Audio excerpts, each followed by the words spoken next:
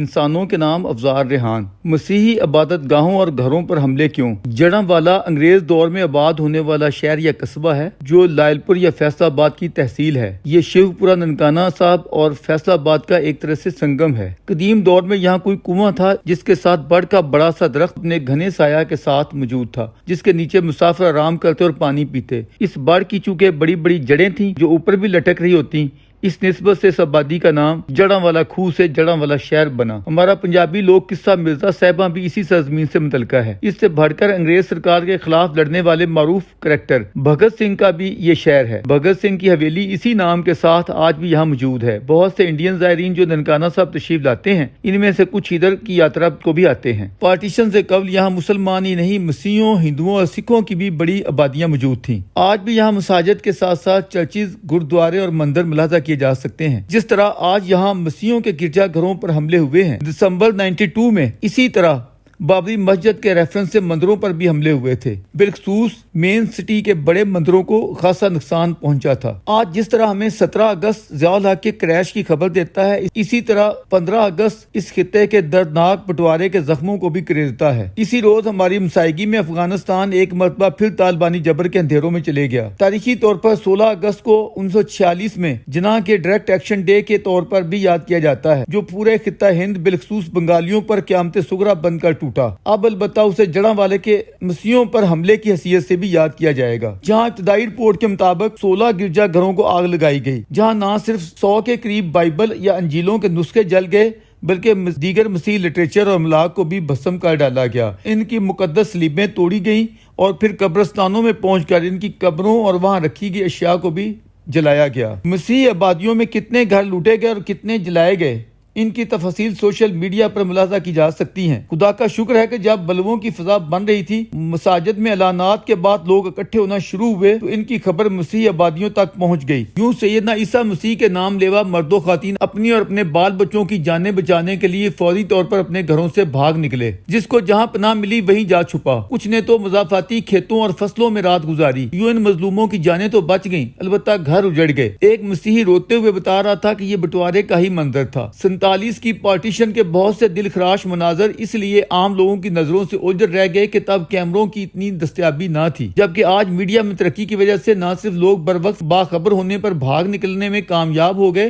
بلکہ فوٹیج میں ہم مسیحی املاک کو آگ لگانے اور صلیبوں کو توڑنے کے مناظر ملاحظہ کر سکتے ہیں۔ نفرت، حقارت اور غصے کے ملے جلے جذبات کے ساتھ جلاؤ گھراؤ کے یہ واقعات کیوں کر وقوع پذیر ہوئے، اس پر جتنے منہ اتنی باتیں کی جا رہی ہیں، اور اصل حقائق بھی ہم سب پر واضح ہیں۔ فی الحال ہم لوگ یہ ماننے کے لیے تیار نہیں ہو رہے ہیں کہ جتنی جہالت، جنونیت اور عدم برداشت ہماری مسلمان قوم میں پائی جاتی ہے، دنیا کی کوئی دوسری قوم اس کا مقابلہ نہیں کر سکتی۔ 16 اگست کو جس نوع کی واردات حسب معمول یہاں ہمارے پاکستان میں ہوئی ہے، سینے پر ہاتھ رکھ کر کہیے اگر ایسی ہی کوئی حرکت ہماری مسلمانی کے حوالے سے انڈیا میں ہوئی ہوتی یا کسی مغربی ملک میں ہوتی تو اب تک یہاں احتجاجی جلوس تھمنے کا نام نہ لے رہے ہوتے، ان کے سفارت خانوں پر حملے ہو رہے ہوتے اور علماء و دانشور گلے پھاڑ پھاڑ کر کہہ رہے ہوتے کہ ان کے سفیر کو ملک بدر کرو۔ ہمارے جذبات کیا دنیا میں صرف ہمارے ہی جذبات ہیں یا ہم ہی انسان ہیں؟ کیا دوسرے لوگوں کے کوئی انسانی حقوق نہیں ہیں؟ آپ کو اپنی مذہبی علامات بڑی پیاری ہیں، کیا دوسروں کو اپنا مذہب پیارا نہیں ہے؟ کیا ان کو اپنی مذہبی علامات عزیز نہیں ہیں؟ جب آپ ان کی مورتیاں توڑتے ہو اور فخر سے بتاتے ہو کہ ہمارے فلاں صاحب نے اتنے بتوں کو توڑ دیا اور خود کو بت شکن کہتے ہوئے فخر کرتے ہو، تو پھر سویڈن یا ڈنمارک میں اگر کوئی سرپھرا اس نوع کی حرکت کرتا ہے تو رونا پیٹنا کیوں شروع کر دیتے ہو؟ وہ تو وہاں کے اکا دکا اشخاص کا انفرادی فیل ہوتا ہے، بلکہ اگر اصلیت تک پہنچا جائے تو شاید ہمارے ہی بھاگے ہوئے یا زخم کھولتا لوگ ہوتے ہیں، جیسے کہ ابھی حال ہی میں ایک عراقی عرب کے حوالے سے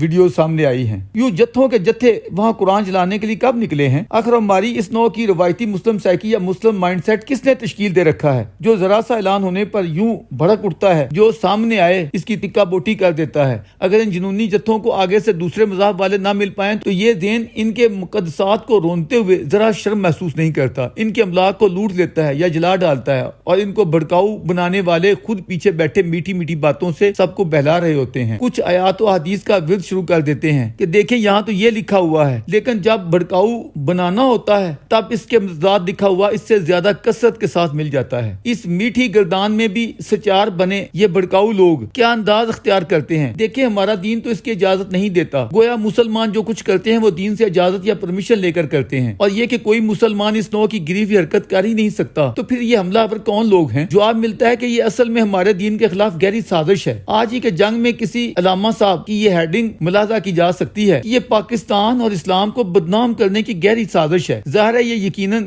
صلیبیوں نے خود تیار کی ہوگی یہود و ہنود کے ساتھ مل کر، کیونکہ ہمارا دین تو اس کی اجازت نہیں دیتا۔ اس پر کوئی منصف ذہن انسان کیا کہے؟ آپ کا دین اس کی اجازت نہیں دیتا اور کوئی مسلمان اس نوع کی مکروہ حرکت کر نہیں سکتا، تو پھر یہ سب کچھ جو آئے روز ہوتا ہے اس کے مجرم کون ہے؟ کوئی دل جلا اگر یہ پوچھے اچھا جی یہ سازش کس کی ہے، تو جواب ملے گا را کی یا انڈیا کی۔ حالت یہ ہے کہ گرمیوں میں جب بارشیں زیادہ ہوتی ہیں تو یہ سازشی نظریہ والے کہتے ہیں کہ یہ بھی انڈیا کی سازش ہے، اس نے پانی اور بادل ہماری طرف زیادہ بھیج دیے۔ جب آپ کو مجرم کا علم ہے تو پھر آپ آرام سے کیوں بیٹھے ہیں؟ اٹھیں آئیں، الحمدللہ آپ ایٹمی طاقت کے مالک ہیں، انڈیا کے خلاف اٹھ کھڑے ہوں، انڈیا کو سبق سکھلا دیں۔ یہ ایسی ذہنیت ہے کہ اس کے لیے نہیں اٹھیں گے۔ سامنے اگر کوئی طاقتور کھڑا ہو تو بولتی بند ہو جائے گی، ہمیشہ کمزور اور نہتے لوگوں پر ہی حملہ آور ہوں گے۔ انڈیا پر 4 مرتبہ یلغار کر کے سواد چکھ لیا۔ پارٹیشن کے بعد سے اب تک کوئی 1 انچ زمین بتاؤ جو تم لوگوں نے انڈیا سے چھینی ہو۔ حضور جب تک مسلم شاونزم کی یہ سائیکی اور مائنڈ سیٹ قائم ہے، اس نوع کے سانحات نہیں روکے جا سکتے۔ حرمت و تقدس کے نام پر یہ جو اتنا بڑا کراؤڈ نکلتا ہے جسے دیکھ کر پولیس بھی پیچھے بیٹھ جاتی ہے، براہ کرم اس ذہنیت کو سمجھنے کی کوشش کی جائے۔ یہ سب اسلام سے والہانہ عقیدت کے ساتھ آتے ہیں، ان کے سہولت کران بھی عاشقان رسول ہوتے ہیں۔